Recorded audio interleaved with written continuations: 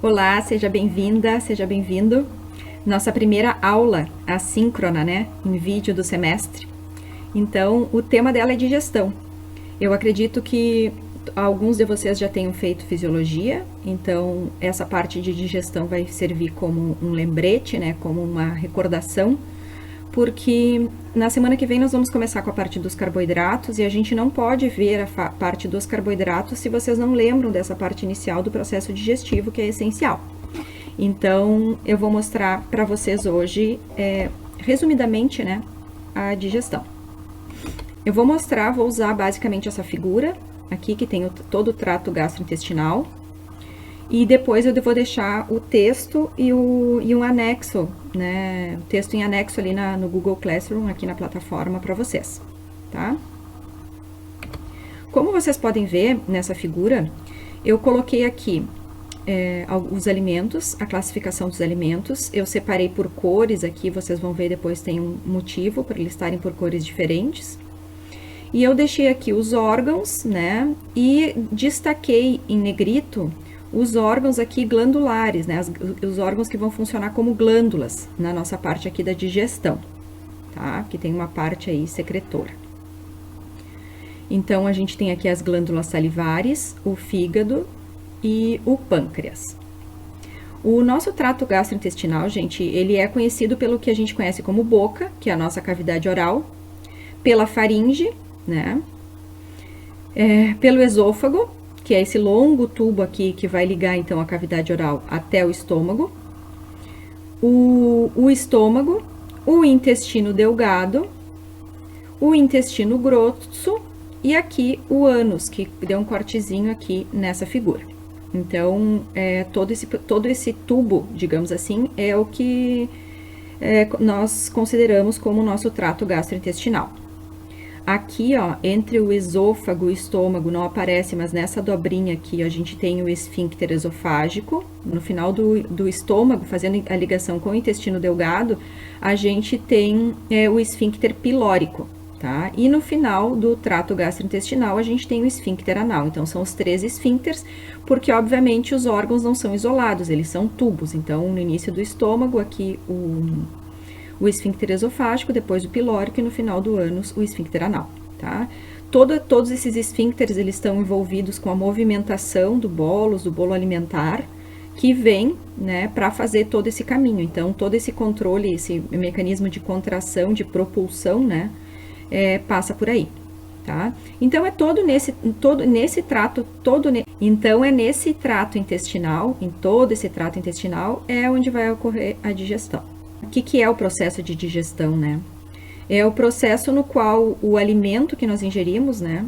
Todo alimento que nós ingerimos, que contém esses macronutrientes aqui, são reduzidos a substâncias mais simples, né? Como glicose, aminoácidos e aí os ácidos graxos, né? Glicose decorrente dos carboidratos, as proteínas, os aminoácidos das proteínas e os ácidos graxos dos lipídios. Então, vamos passar agora a imagem mais detalhada. Como vocês podem ver, eu falei que tinha usado aqui, ó, estrategicamente as cores diferentes para a gente acompanhar essa questão das enzimas digestivas. O que está em vermelho na imagem, por exemplo, as enzimas que estão em vermelho, elas estão envolvidas com a digestão dos carboidratos. As enzimas que estão em verdes com a digestão dos lipídios. E as enzimas que estão em azuis com a digestão das proteínas, tá? Então, eu vou começar bem aqui no comecinho na cavidade oral. Como eu expliquei, o sistema digestivo ele é um longo tubo que vai da boca até o intestino. O processo de digestão, então, ele vai começar na boca mesmo, na cavidade oral, com a mastigação. Essa mastigação é extremamente necessária porque ela vai desmanchar os grandes pedaços de alimentos que nós ingerimos, né, em pedaços menores. Essa divisão em pedaços menores, né, é essencial para que as enzimas possam agir depois. Então, o primeiro processo da digestão é a mastigação. Há, então, uma ação mecânica de trituração desses alimentos, em que os alimentos que eram grandes vão ser reduzidos a tamanhos menores, para que nessa diminuição de tamanho possa ocorrer, então, a ação das enzimas digestivas e fiquem disponíveis alguns nutrientes. Depois de engolido, né, então aqui, o alimento vai passar pela faringe, e vai até o estômago.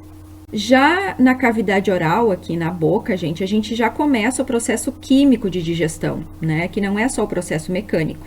Porque aqui, ó, na cavidade oral, a gente vai ter as glândulas salivares, nós temos glândulas salivares que secretam a saliva e nessa saliva a gente tem algumas enzimas.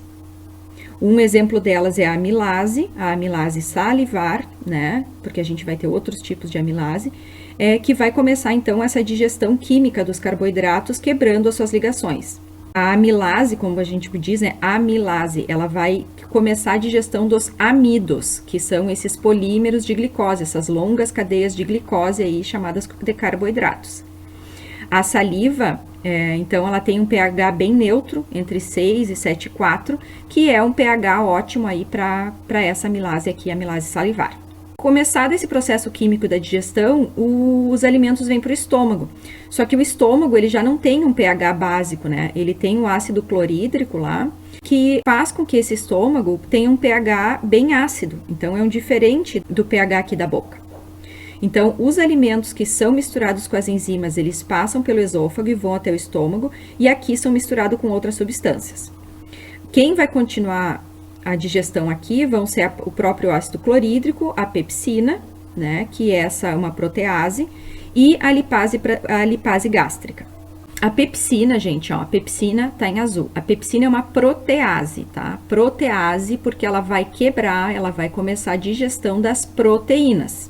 Na verdade, no estômago, o que o estômago produz é uma enzima anterior à pepsina, é o pepsinogênio. E o pepsinogênio, com o pH ácido do estômago, é transformado em pepsina. E essa pepsina, assim, que hidrolisa aí proteínas que têm alguns aminoácidos, como a fenilalanina, a leucina, o triptofano ou a tirosina.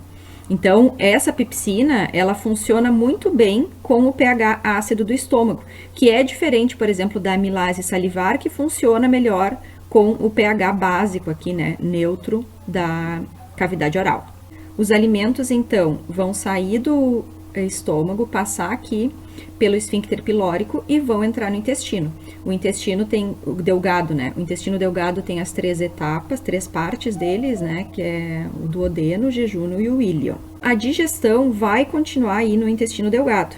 Só que o que acontece, gente? As enzimas que vão agir no intestino delgado, elas não são produzidas pelo intestino delgado, porque o intestino delgado não secreta essas enzimas, tá? Essas enzimas que vão atuar no intestino delgado, elas são secretadas por outros órgãos, por outras glândulas, que são o pâncreas e o fígado. O pâncreas, ele secreta enzimas super importantes para o intestino, como, por exemplo, a amilase, né, pancreática, que vai quebrar esse carboidrato, né, esses amidos em oligosacarídeos, em carboidratos pequenos, e a lipase, que vai quebrar os lipídios em ácidos graxos, né? Vocês veem aqui que a lipase é a lipase pancreática, diferente da lipase gástrica, da lipase salivar que a gente tem.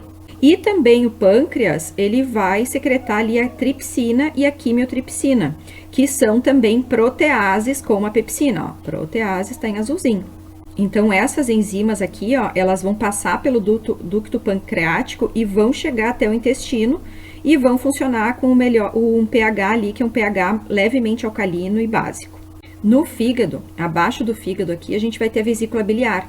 A vesícula biliar, então, ela vai armazenar os sais biliares, que vão ser importantes ali no intestino também, né? Vão ser secretados aqui para o intestino, para fazer uma função de emulsificar essas gorduras, para que as enzimas que estão aqui, que vieram do pâncreas, possam agir. Então, a função da vesícula é super importante. Aí, no intestino, junto com os sais biliares e junto com as enzimas, é que vai ocorrer a quebra das partículas, né, das grandes partículas de alimentos, para que elas sejam absorvidas, né. No final da digestão, a gente não vai ter mais essas grandes partículas, nem oligosacarídeos, a gente vai ter só monômeros, ou vai ter, então, as moléculas pequenas, como glicose, vai ter os aminoácidos e vai ter aí os ácidos graxos. Eu vou passar agora para uma próxima figura, que vai mostrar direitinho as partes do intestino, porque eu vou precisar mostrar um pouquinho a mucosa intestinal. o estômago, o esfíncter pilórico, o duodeno, aí vem o jejuno e o ilho, tá? E depois sim vai para o cólon, o seco, o cólon ascendente, o colo transversal, o colo descendente, né? E aqui o canal anal, o reto e o canal anal, tá? Então esse aqui, ó, essa aqui é a parte do intestino, ok? Tá? Então aqui, ó, vocês podem ver que essa imagem é um cortezinho, ó, do intestino delgado. Small intestine é intestino delgado, tá? O que que acontece? Esse intestino delgado, ele é um tubo muscular, ele é um tubo muscular muito comprido, muito longo, né? No final do intestino delgado, o que que acontece? As células, elas vão ser um pouco diferentes das células normais de outras partes do corpo, porque é aí onde vai ocorrer toda a parte de absorção. Então, o que que tem essa célula de diferente? A gente tem aqui, ó, tem algumas vilosidades, né, que são essas dobrinhas, né, as bordas em escova, que a gente chama, que vão, que faz? Por ela ser toda em vilos, todas em altos e baixos, ela, ao invés de ser lisa, ela aumenta toda a superfície de absorção.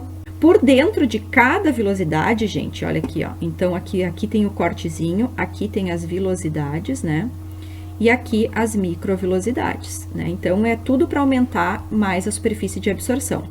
Por dentro de cada vilosidade, a gente tem os capilares sanguíneos, e esses capilares sanguíneos, né, são o que vão levar os nutrientes, como aí a glicose, os aminoácidos, a outros locais do corpo, onde cada um vai ter sua função. Nessas membranas celulares aqui das células intestinais, também tem enzimas, né? Tem, por exemplo, disacaridases e tem oligopeptidases. Então, as disacaridases são enzimas que quebram disacarídeos, ou seja, 2 carboidratos, né, como a maltase, por exemplo, que vai quebrar a maltose. E tem as oligopeptidases que vão fazer a mesma coisa com os oligopeptídeos. Então, essas pequenas proteínas vão ser quebradas em aminoácidos. Porque para absorver, a gente precisa só dos monômeros, precisa só das moléculas pequenas, né, de uma única molécula aí desse nutriente. A absorção da glicose, ela acontece contra um gradiente de concentração. O que é isso? Significa que a glicose que está dentro da célula é maior, a concentração é maior do que está na luz intestinal, onde ela está. No processo de absorção da glicose, aqui pelas células intestinais, a absorção da glicose em si, ela acontece contra um gradiente de concentração. Então, ela precisa de uma ajudinha, né? E quem vai carregar a glicose vai ser em uma proteína de membrana. E essas moléculas de glicose atravessam a membrana com as proteínas e vão alcançar, então, a corrente sanguínea. Esse processo aí vocês devem ter estudado, é o processo chamado de difusão facilitada. Com as proteínas, com os aminoácidos, ali o negócio é semelhante. Os aminoácidos também eles vão ser absorvidos contra um gradiente de concentração e também vão contar com a ajuda de proteínas transportadoras. Os lipídios, gente, aí nessa fase, eles já estão quebrados em ácidos graxos, né? E os ácidos graxos são hidrofóbicos. Portanto, né, atravessar essa membrana aí para eles é mais fácil, porque ao invés de ser uma difusão facilitada ali com o uso das proteínas, que nem os carboidratos e as proteínas, eles vão ocorrer por difusão simples, vão a favor de um gradiente de concentração. Aí dentro das células, no retículo endoplasmático liso, os ácidos graxos e os gliceróis vão ser transformados em triacilglicerol. O triacilglicerol vai se agregar, né, e formar as micelas com outros lipídios e então vão ser secretadas por exocitose para o espaço intersticial e aí vão para os vasos linfáticos. Esse é o processo básico aí dessa absorção dos carboidratos, dos aminoácidos e dos ácidos graxos. Cada um deles vai ter aí a sua rota, digamos, metabólica, que não é o objetivo aqui dessa aula, porque o objetivo era a gente ver a parte da digestão mesmo. Os alimentos aí, os restos dos alimentos que não forem absorvidos, né, eles vão migrar então para o intestino grosso, onde vai ocorrer a estocagem, né, no cólon aqui ascendente, colo transverso e descendente. O excesso de água também vai ser absorvido aí, e o material que vai ser excretado passa pelo cólon descendente, o colo sigmoide, o reto e sai aqui pelo canal anal. Tá bom, pessoal? Então, só para fechar, na aula de hoje, então, a gente viu, basicamente revisou a parte do trato gastrointestinal e como se dá aí o processo de digestão das principais moléculas que a gente vai estudar aqui na disciplina, que são os carboidratos, as proteínas e os lipídios. tá? Na próxima aula, nós vamos entrar, então, especificamente nos carboidratos, vamos falar um pouquinho do metabolismo e vamos trabalhar eles e a presença deles nos alimentos, que isso aqui que é o mais importante. Espero que tenham gostado. Se ficarem com dúvidas, leiam o material que está em anexo. E se tiverem alguma dúvida, podem colocar aqui nos comentários. Tá bom? Até mais!